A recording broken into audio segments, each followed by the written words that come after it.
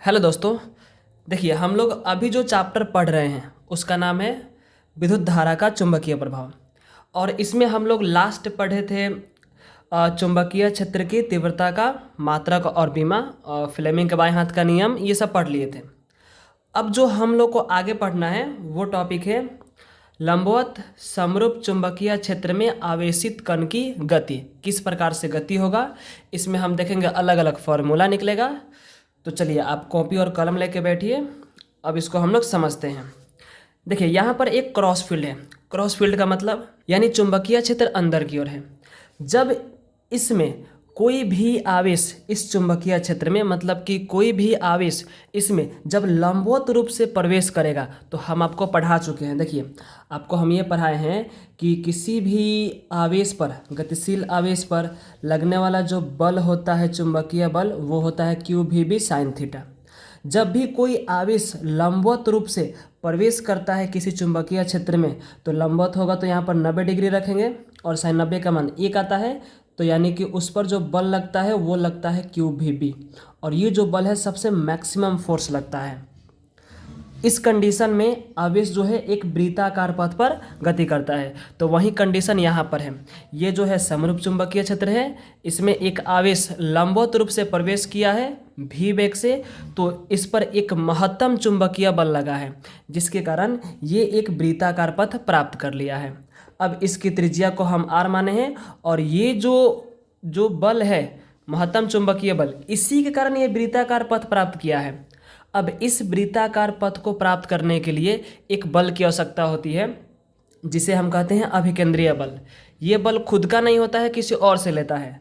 तो यहाँ पर ये जो चुंबकीय बल जो काम कर रहा है, महत्तम चुंबकीय बल, वही चुंबकीय बल से मिलेगा अभिकेंद्रीय बल, जिसके कारण ये जो आवेश है इसमें वृत्ताकार पथ पर गति को बनाए रखेगा। ठीक है ना। यही वाला जो पूरा भाषा है हम यहाँ पर लिखे हैं, आप इसको पढ़ लीजिएगा। चलिए, अब हम इसके आगे के थ्योरी को समझते हैं। देखिए, इसमें हमको किस किस चीज़ का मान निकालना है। यहाँ पर ये जो आवेश है ये गति करेगा, तो इसको एक चक्कर लगाने में कितना समय लगेगा, यानी आवर्तकाल निकालना है। इसके बाद इस पथ की त्रिज्या कितनी होगी, इसका मान निकालना है। इसके बाद से ये 1 सेकंड में कितना चक्कर लगाएगा, यानी कि इसकी आवृत्ति निकालना है। कोणीय आवृत्ति निकाल सकते हैं हम यहाँ से। ये सब चीज़ का हमको काउंट करना है। तो चलिए, आइए समझते हैं यहाँ पर। और ये सारा चीज़ का पीडीएफ हम आपको भेज दिए हैं, ठीक है। यहाँ पर हम आपको समझा देते हैं अच्छे से। चलिए देखिए, अभिकेंद्रीय बल को सूचित करते हैं एफ से, और चुंबकीय बल को एफ से। महत्तम चुंबकीय बल है तो मैक्सिमम लिखेंगे, और महत्तम कितना लगेगा, तो क्यू वी बी, यहाँ पर क्यू वी बी है। और अभिकेंद्रीय बल का जो फार्मूला होता है वो होता है एम वी स्क्वायर बटा आर। ये फार्मूला होता है। यहाँ से भी कटेगा, भी वेग है, कट गया। अब देखिए, यहाँ से हम आर का मान निकालेंगे, तो यहाँ पर एम भी बचा। ये जो क्यू बी है नीचे जाएगा तो एम भी बटा क्यू बी बचेगा। ये किसका मान निकला, आर का मान निकला। एक चीज़ आप और समझिए, जब भी कोई वस्तु गति करती है तो उसमें संवेग भी होता है। संवेग का जो फॉर्मूला होता है P बराबर एम भी। संवेग को P से, P बराबर कितना, एम भी। तो देखिए, यहाँ पर एम भी लिखा है, हम एम भी के बदले में क्या लिख सकते हैं, P लिख सकते हैं। तो P बटा क्यू बी, ये भी किसका फॉर्मूला है, त्रिज्या का है।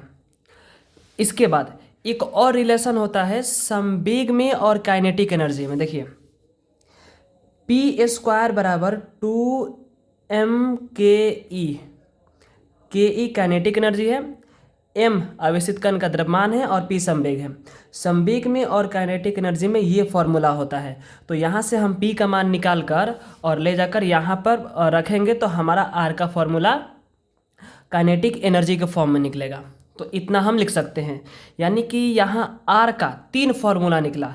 एक ये वाला फॉर्मूला वेग के पद में है, ये वाला संवेग के पद में है, और ये वाला काइनेटिक एनर्जी के पद में है। यहाँ पर r का जो मान है अलग अलग चीज़ पर निर्भर कर रहा है। जैसे कि यहाँ पर देखो, r और v में क्या संबंध है, तो समानुपाती का है। r और p में क्या संबंध है, r p का यहाँ पर है, देखिए समानुपाती का है। r में और q में क्या संबंध है, ये व्युत्क्रमानुपाती का हो जाएगा। r में और b में भी व्युत्क्रमानुपाती का है। इसके बाद से आर में और काइनेटिक एनर्जी में ये वाला संबंध आपका हो जाएगा। तो यहाँ से अलग अलग रिलेशन भी आपके एग्जाम में आता है और साथ में यहाँ से ऑब्जेक्टिव भी पूछता है। तो ये बात है किसकी, त्रिज्या की है। अब हम देखते हैं कि आवर्तकाल कितना होगा।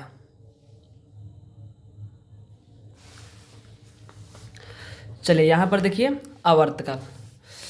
अच्छा, आवर्तकाल क्या होता है? आवर्तकाल होता है टाइम, यानी कि एक चक्कर में लगा समय। जब भी कोई आवेश, देखो, जब भी कोई भी आवेश चाहे कोई भी वस्तु वृत्ताकार पथ पर गति करेगी, तो वृत्ताकार पथ पर गति करेगी तो एक चक्कर लगाएगी, और एक चक्कर में उसकी परिधि होता है, और वृत्त की परिधि होती है 2πr, इतना होता है। यानी कि एक चक्कर में इतना दूरी तय करेगा, और इतने दूरी तय करने में जितना समय लगेगा उसी समय को हम आवर्तकाल कहते हैं। तो यहाँ से हम ये वाला फॉर्मूला लगा सकते हैं। अब ये कहाँ से आया? तो भाई चाल बराबर होता है दूरी बटा समय। तो हम समय बराबर दूरी बटा चाल तो लिख सकते हैं ना, वही चीज़ यहाँ पर है। दूरी कितना? एक चक्कर में 2πr, तो 2πr, और चाल कितना चाल से चल रहा है? v चाल से, तो ये v हो गया। अब यहाँ पर हम r का मान रख सकते हैं। देखिए r का मान यहाँ पर है, ये मान हम यहाँ पर रख सकते हैं r के जगह पर mv बटा qb, और नीचे पहले से भी है, v से भी कट जाएगा, तो 2πm बटा qb बचेगा। 2πm बटा qb, यही है आवर्तकाल का व्यंजक।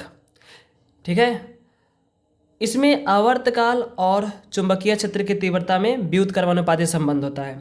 एक चीज़ आपको समझना है कि जब भी कोई भी आवेशित कण लंबवत समरूप चुंबकीय क्षेत्र में गति करता है या समरूप चुंबकीय क्षेत्र में लंबवत रूप से प्रवेश करता है, तो इसका आवर्तकाल इसके वेग पर निर्भर नहीं करता है और न कि त्रिज्या पर। इस सूत्र में ना तो v है ना r है, न तो v पर डिपेंड करेगा और ना ही r पर। चलिए अब थोड़ा सा देखते हैं हम लोग आवृत्ति को। आवृत्ति क्या होता है भाई? तो आवृत्ति को हम सूचित करते हैं f से या n से, और आवृत्ति जो होता है 1/, आवर्तकाल होता है 1/। आवर्तकाल को हम t लिख सकते हैं। t का मान यहाँ पर है 2πm बटा qb, बस उसी का मान यहाँ पर रखकर और सॉल्व कर दिए हैं, तो ये पलट जाएगा, उल्टा हो जाएगा, qb बटा 2πm। ये किसका मान है? आवृत्ति का है। आवृत्ति में और चुंबकीय क्षेत्र की तीव्रता में संबंध कौन सा होगा? समानुपाती का होगा। चलो अब थोड़ा सा देखते हैं कोणीय आवृत्ति। कोणीय आवृत्ति को हम सूचित करते हैं ओमेगा से। इसका नाम क्या है? ओमेगा। और ये फॉर्मूला आप पढ़ चुके हो, 2π बटा t होता है। इसी को 2πf फिर लिख सकते हैं, और f का मान यहाँ पर qb बटा 2πm है, उसी का मान रख के इसको कटा दिए हैं, तो qb बटा m निकला है। तो ये 4 पैरामीटर है। इसमें एक और टॉपिक है, मतलब इसके जो बाद है, देखिए ये टॉपिक साइक्लोट्रॉन, ये एग्जाम में 5 नंबर में आता है। साइक्लोट्रॉन क्या है? इसका सिद्धांत, बनावट और क्रियाविधि का वर्णन करना है, और इसके उपयोग और सीमा को भी बताना है। चलिए इसको समझते हैं। देखिए साइक्लोट्रॉन एक ऐसी युक्ति होता है, इसके सहायता से जितने भी पॉजिटिव कण हैं, धन आवेशित, जैसे कि अल्फा कण पॉजिटिव है, ड्यूट्रॉन ये भी क्या है भाई? ये भी पॉजिटिव है, प्रोटॉन ये भी पॉजिटिव है। तो जितने भी पॉजिटिव कण हैं, इसको हम उच्च वेग देकर इसको त्वरित कराते हैं, उच्च ऊर्जा देकर त्वरित कराते हैं। ठीक है, साइक्लोट्रॉन इसका निर्माण कौन किए थे? तो 1934 में लॉरेंस और लिविंगस्टन के द्वारा किया गया था। इसके सिद्धांत को समझते हैं। साइक्लोट्रॉन में गतिशील आवेश के आवर्तकाल का मान आवेशित कण की चाल और वृत्ताकार पथ की त्रिज्या पर निर्भर नहीं करता है। देखिए अभी हम आपको यहाँ पर बताएं कि जो t का मान है न तो v पर निर्भर करेगा न r पर, यही इसका सिद्धांत है। ठीक है, चलो अब थोड़ा सा बनावट को समझो। देखो यही आपका है साइक्लोट्रॉन।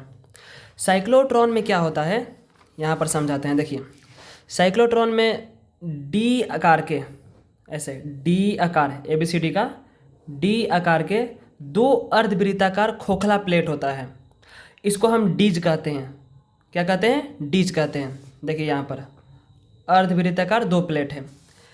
इन दोनों डीजों को हम कुछ दूरी पर रखते हैं एक दूसरे से, और इसको एक प्रत्यावर्ती वोल्टता के स्रोत से जोड़ देते हैं। ऐसा संकेत होता है प्रत्यावर्ती वोल्टता, मतलब कि AC वोल्टता, और इसको एक समरूप चुंबकीय क्षेत्र के अंतर्गत रखा जाता है।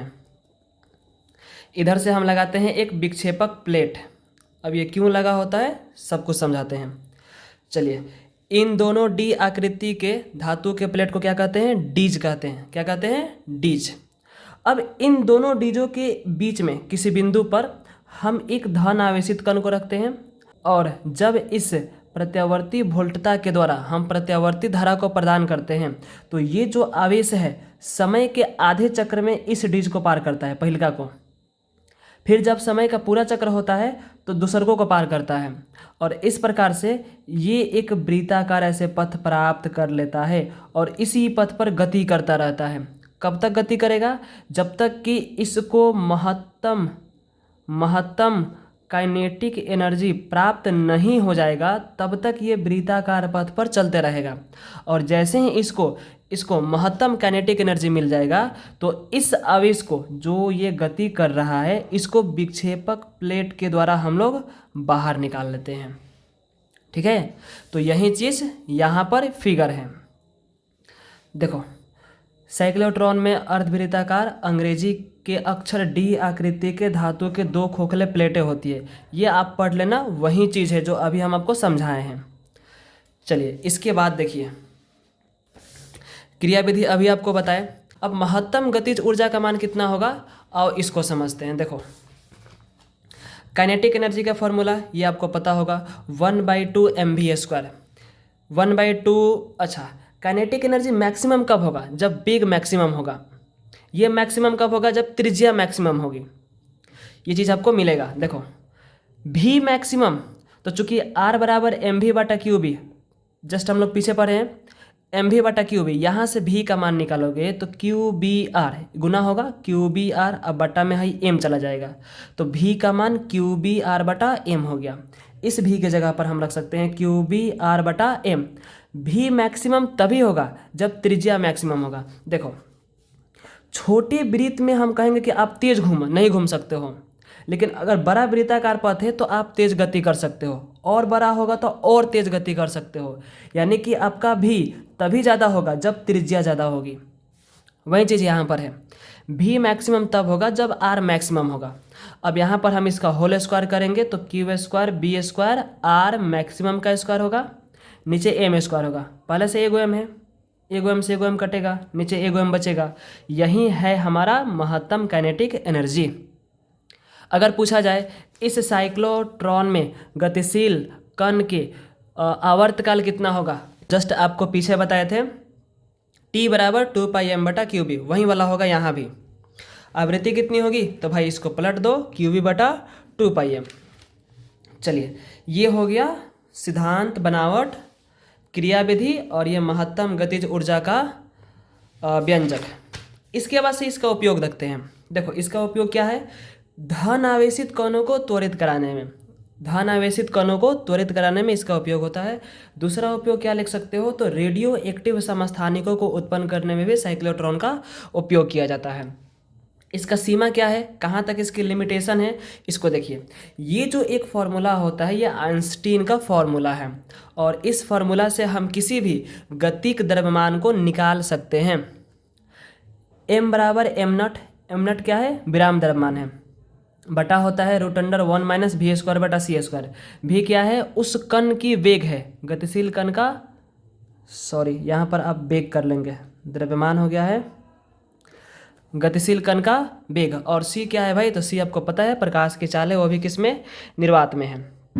तो देखिए, साइक्लोट्रॉन में गतिशील कण का वेग प्रकाश के वेग के बराबर नहीं होना चाहिए। बात को समझिए।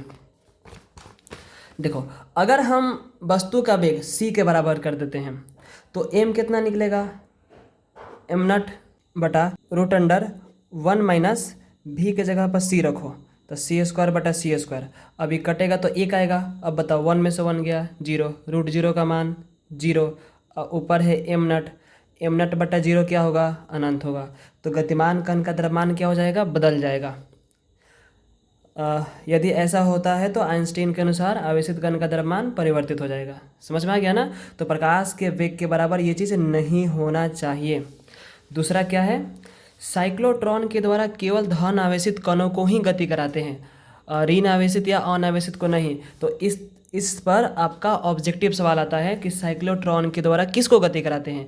तो ओनली पॉजिटिव कौन कौन है, अल्फा, ड्यूट्रॉन और आपका प्रोटॉन। अगर ऑप्शन में दे इलेक्ट्रॉन तो नहीं होगा, समझ में आ गया, न्यूट्रॉन नहीं होगा। तो ये है जो हम आपको भेजे हैं, इसको आप अच्छे से लिख लेंगे, फिर आपको अब नेक्स्ट वीडियो में इसके आगे के चीज़ मिलेंगे।